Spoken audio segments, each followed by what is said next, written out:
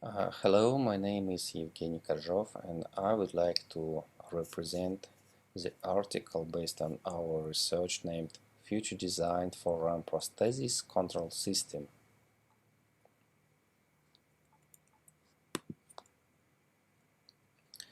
As an overview, we would like to understand and to show you that 15 million people a year become impaired, and that is why 15% impaired of the total population occurred, and the people with different kind of uh, disabled are all over the world required some help with the everyday life, with the self-service to perform some basic action or even the complex action, and to improve the everyday life.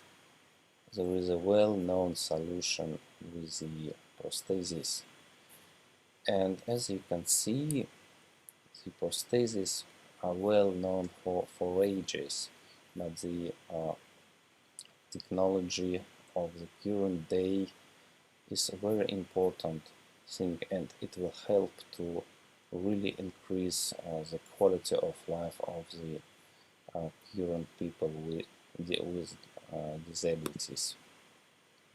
So as you can see, here is a few examples of the prosthesis that typically only perform like a, a visually designed type to replace the original part of the body, and it will slightly help to perform some everyday actions like grips or something like that, to hold some tools to help in self-service. But it's so complicated and not so useful.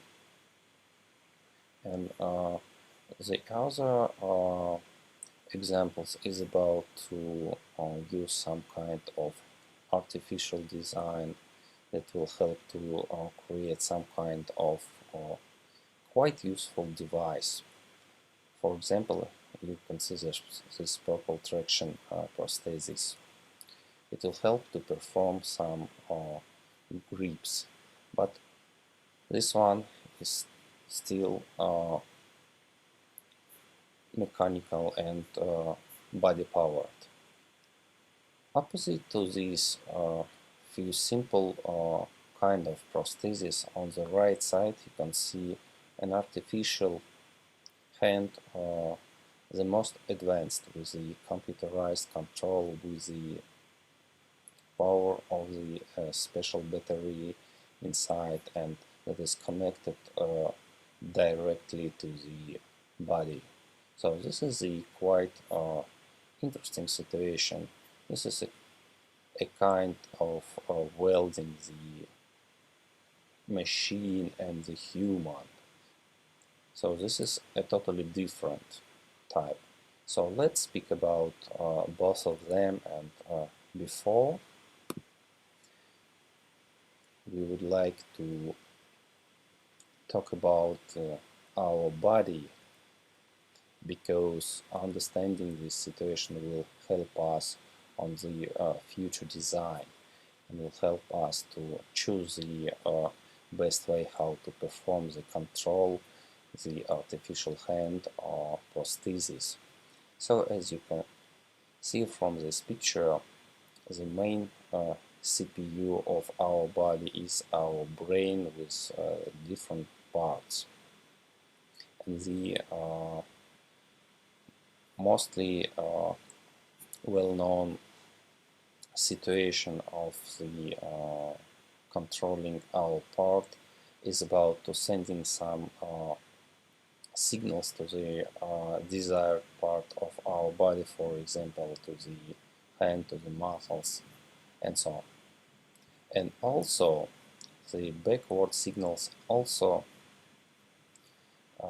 going from the sensors over the performing part and sending back to the brain, and this is a situation continuously repeating, and it will help our brain to control the situation with the different sensors on our body and to perform different actions. And as you can see, the speed of the signals is about 270 kilometers per hour. This is quite fast, and it will help and even to catch different positions in the area with the help of our body part, to balance, to hold some tools, or to feel the heat, or something like that. So this is a basic story that we have to know about the designing the control system. So now we have a few options how to connect to this so-called data net of our body. So for example, you can perform a reading from the brain. The signals are read either using implanted electrodes or using EEG. So the second option of reading from the level of the spinal cord by implantation of electrodes in the spinal cord.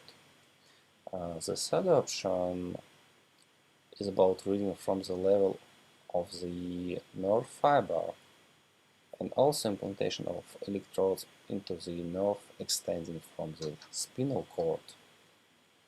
The first one is about reading from the muscle fiber, attaching sensors directly to muscles using imaging, and also this is invasive. And most exciting and innovating option is about reading from the skin. This is non-invasive, and that is mean just to attach some kind of special sensors to the skin. So that is why this is a quite interesting option, and that is why we decided to follow this one and explore the possibility how to get all this data and how to create the control system. So here is, you can see the basic scheme of control system of the artificial hand. So for example, we have a few special centers placed over the skin, over the muscles, on the body part. We have special boosters that boost the signals, a special data converter that will help to control and create movements of our artificial body part, for example, artificial hand. But this is quite a basic idea, and the most advanced things is how to mix all these knowledges. And as I told you before, we decided to use non-invasive type of technology, and here is the idea how to help the system to perform better is to connect with the machine learning. So the idea is to use a special kind of sensors to record the movements, at least of the normal hands of the user, and to use it as a database to control and to perform the actions of the artificial hand. So there is numerous types of these sensors also available on the market. So that is why the most important thing is to get the signals and the idea how to convert these signals to control the movements of the artificial hands. And in our research we get some results that is possible to implement to the everyday life. And this idea of non-invasive option is very beautiful and is very evading from the user society. So this is the most impressive and from our side advanced idea to use non-invasive detecting and reading of control signals, and it will help a lot of people not going to the surgery, and it's not so priced. So thank you for your attention. Hope you will learn a lot from our articles. See you and bye bye.